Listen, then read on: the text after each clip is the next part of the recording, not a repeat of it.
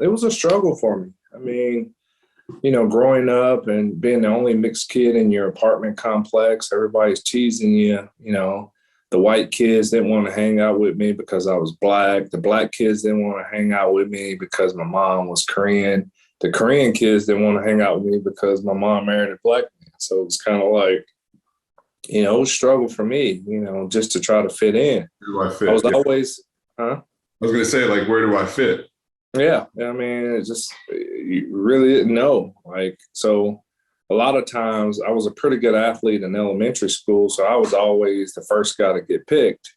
But then at the same time, when I win or kids start trash talking, that's when you hear all the Jackie Chan, Bruce Leroy, and things like that. It hurt me at times because I just thought I was just normal. I didn't ask to come into this world as a biracial kid.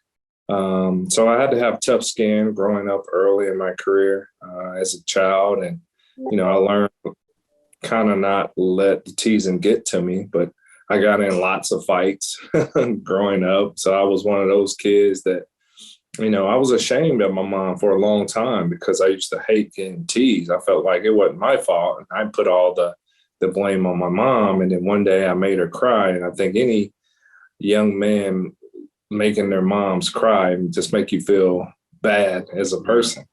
And one day my mom was taking me to school. I seen those group of kids that was waiting outside because they must just got off the bus. And I kind of ducked down in the car a little bit and got out the car because I didn't want them to see me. And I looked back and my mom was crying. And here my mom's working 3 jobs to give me everything that I ever wanted in life because, sometimes in the Korean culture, it's not really, I think a lot of parents want their kids to have the best. That's how they show love. My mom wasn't that affectionate person with hugs and stuff. She showed me love by basically spoiling the crap out of me.